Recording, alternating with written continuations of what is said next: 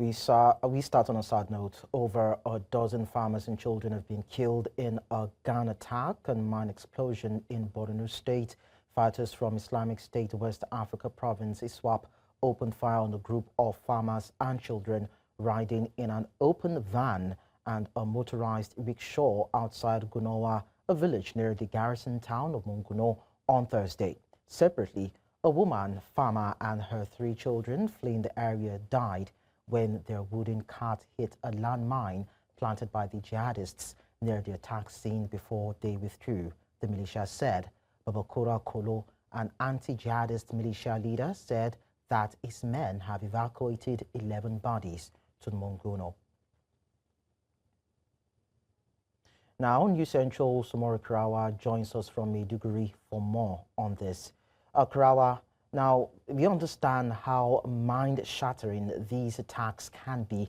Tell us more about this latest developments. Yes, it's quite unfortunate that the people of Monguno and, of course, other communities like Baga are witnessing the attacks by these insurgents once again. 15 farmers are being killed. Not only the 15 farmers, I spoke with some people in Monguno and some people in the communities. They told me that the level of attack is becoming unbearable any longer because some of these terrorists usually take them along the way and then ask them to pay ransom. They engage in kidnapping sometimes, and sometimes if they could not get the money that they are looking after, they engage in killing the people, particularly the farmers. And this is a serious concern, taking into consideration the withdrawal by the the United Nations World Food Program with regard to the issues of funding and so on and so forth. Agriculture is the option now that the government really need to prioritize, and of course the security of the farmers, because the people have gone through very difficult times, the age-old insurgency, and then recovering, despite the resilience, recovering from the years of insurgency is another thing of concern. If the government did not respond adequately, this, according to experts and residents, it will cause serious humanitarian crisis across the region, because the people, particularly the returnees, largely depend on the farming to earn a means of survival. And if they will continue to be killed while looking for what to eat and what to do to survive, then there is a very serious issue of concern, not only to them, but to the Nigerian society, because the type of food and the quantum of food that is being produced in Monguno, in Baga, in Gamborungala, and other parts of northern Borno is a very large quantum of food that is being produced there. Okay. As such, the continued... Yes, Kira, I just had to butt in there because, I mean, we're talking about Nigeria's food security plan probably might be going in shambles if these kind of attacks continue. We're actually talking about farmers and children being killed, and it's a very sad situation. Are these targeted attacks in the state? Well, one cannot say it's a targeted attack, but you know, the terrorists, that has been their body language since the inception of the crisis. They continue to kill people, whether farmers, whether herders, whether children, whether women, and so on and so forth. But particularly in this time of the rainy season, one will say it's a targeted attack to affect the agricultural value chain, to affect the productivity of farmers, and of course, to cause serious problem to the Nigerian government, which I spoke with some community members, and they are calling on the Nigerian government to pay attention, particularly in terms of the provision of increased military presence, increased security presence, not only the military, but civil defense, the police, and others. The Nigerian government really need to do that, and there is the need, based on what they are telling me, that there is the need for the Nigerian military and other armed forces to engage in patrols, not only stationing in communities that they are stationed, but there is the need for them to go through the nearby communities,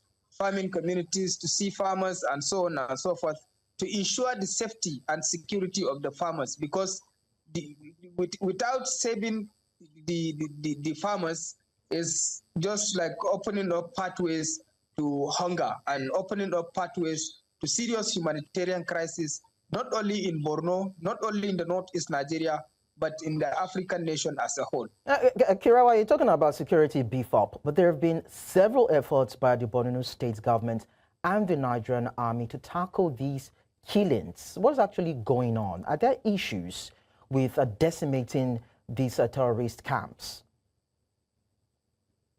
Yes, like you said, the Borno State government and of course the military are doing wonderfully well. But what the communities are saying is that they need to do better.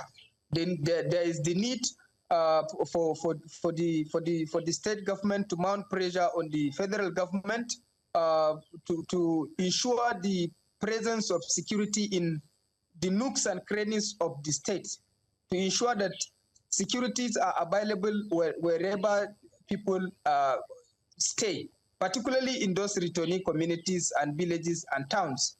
We know that the governor went to Goza yesterday. He was there and he reaffirmed the commitment of the state government in terms of ensuring security and safety of the people.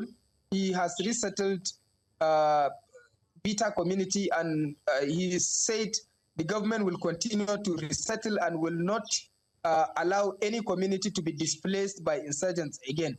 But there is the need for more action, particularly in terms of the federal government to come in to support the state government rigorously. Not only support in terms of the presence of security, but ensuring that the security are everywhere in the nooks and crannies of these communities, particularly the farming communities, now that the United Nations World Food Program is withdrawing its support largely due to scarce resources. Okay. The government really need to prioritize that and make deliberate push. Finally, Kirawa, before I let you go, I mean, we're talking about gun attacks and mine explosion, despite several barricades along these communities. What makes it easy for these terrorists to plant, those mines and equally go into all those villages and attack those people?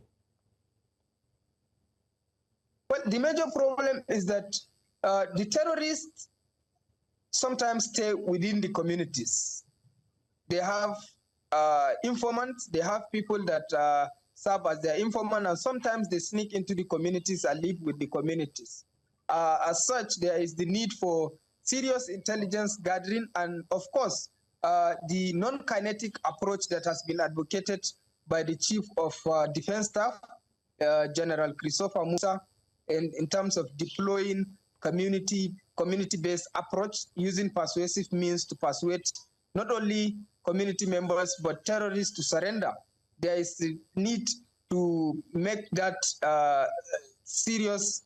There is need for serious efforts in terms of ensuring that these people are convinced, and where it fails, the gun should work out the solution towards ensuring that people stay safe and farmers have access to farmland, and children will be able to realize their vision, and of course the country will be better. All right. Thank you so much, Umaru Kirawa, for sharing these details with us. Thank you.